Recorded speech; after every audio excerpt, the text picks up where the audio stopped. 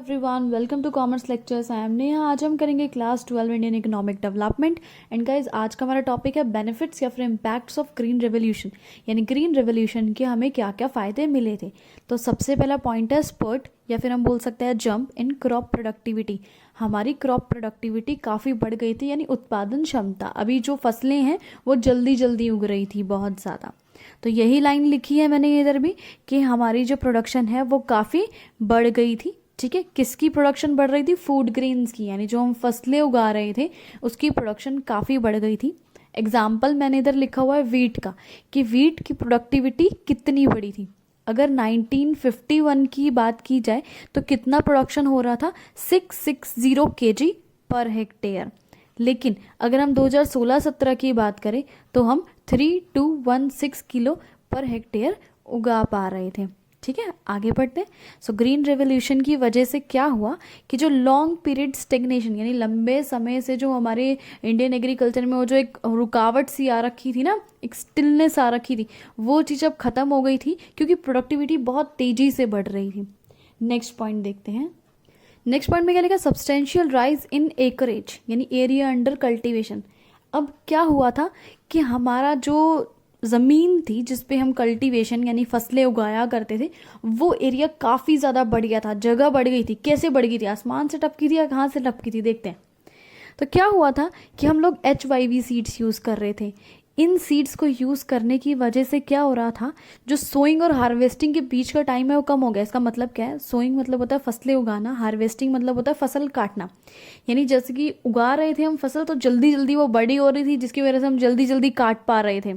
ठीक है, टाइम नहीं लग रहा था, मतलब सब फसलें उगाई, ठीक है, और कुछ ही दिन में वो, मतलब महीने में जो भी है, बड़ी हो गई और फटाफट हमने काट ली।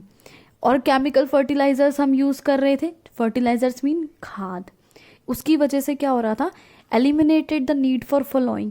फलोइंग की ज़रूरत नहीं पड़ रही थी। फलोइंग मतलब होता है जैसे कि हमने फसल उगाई, फसल उगाने के बाद हम ज़मीन को कुछ समय के लिए, 1 हफ्ता 2 हफ्ता 1 महीना, जितने भी दिन जो है ज़मीन को बिल्कुल खाली छोड़ देते हैं ताकि वो फिर से उपजाऊ हो जाए, फर्टाइल हो जाए। ठीक है, थोड़े समय के लिए छोड़ देते हैं। तो वो करने की अब ज़रूरत नहीं थी क्योंकि हम खाद ऐसी डाल रहे थे जिसकी वजह से जल्दी जल्दी फसलें उग रही थी। ठीक है, इसकी वजह से क्या हो रहा था? Double cropping. जहाँ पहले कहाँ 6 महीने में एक फसल हो रही थी, वहाँ अब 2-3 महीने में एक फसल हो रही थी, है ना। तो हम डबल क्रॉपिंग कर पा रहे थे, मतलब एक ही ज़मीन पे 2-3 बार फसलें उगा पा रहे थे, जिसकी वजह से क्या हुआ? हमारा एरिया बढ़ गया, है ना। अब लॉजिकली अगर देखा जाए तो एरिया ही तो बड़ा है, क्योंकि पहले एक ज़मीन पे अगर एक बारी फसल उगा रहे हैं और फसलें जल्दी जल्दी उगेंगी तो क्या होगा? एक ही ज़मीन पे 2-3 बार फसलें उगा लेंगे, है ना। अगर हम देख रहे हैं तो बात तो यही बनेगी ना कि अपना एरिया बढ़ गया है। नेक्स्ट पॉइंट है हमारा shift from subsistence farming to commercial farming. Subsistence farming होती है जब फार्मर्स खेती बाड़ी करते हैं सिर्फ अपने परिवार के पालन पोषण के लिए।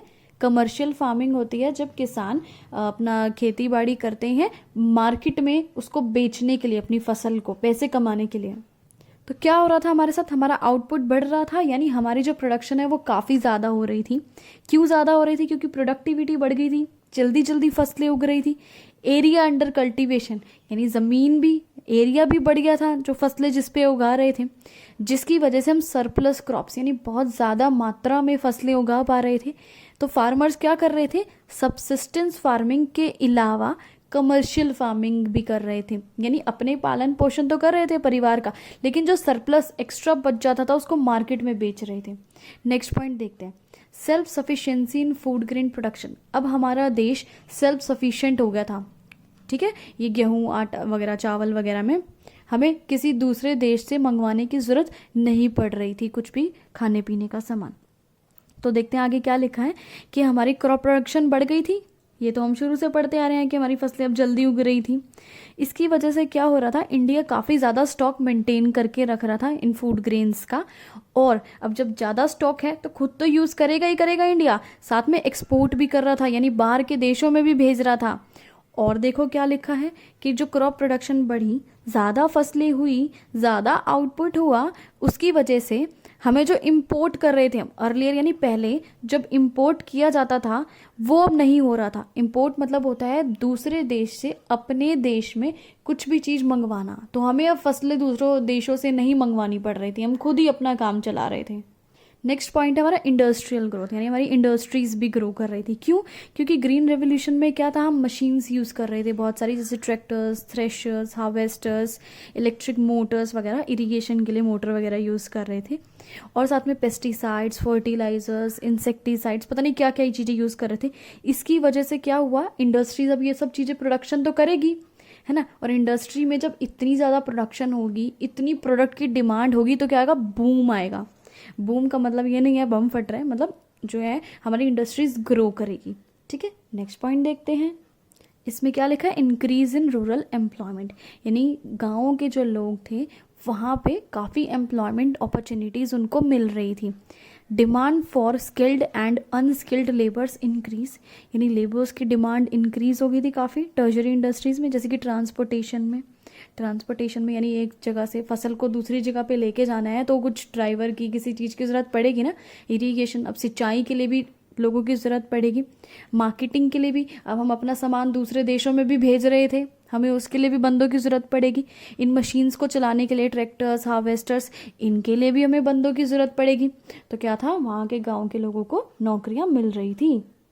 नेक्स्ट पॉइंट है, it also ensures farmers a minimum support price for the produce, यानी गवर्नमेंट ने क्या किया था, फार्मर्स को मिनिमम सपोर्ट प्राइस दे रहे थे, यानी एक प्राइस फिक्स कर दिया था कि भाई किसानों, अगर तुम्हारा जो है फसल है, अगर वो नहीं बिकता है मार्केट में, या मार्केट में बहुत सस्ते में जा रहा है, तो तुम हमारे पास आओ, हम गवर्नमेंट हैं, हम तुम्हारा जो है फसल जो भी होगी उसको मिनिमम प्राइस में खरीद लेंगे, जो कि हमने फिक्स किया है तुम्हारे लिए, मतलब सब तुम्हें सपोर्ट करने के लिए एक प्राइस फिक्स करा है, उस रेट पे हम तुमसे खरीद लेंगे।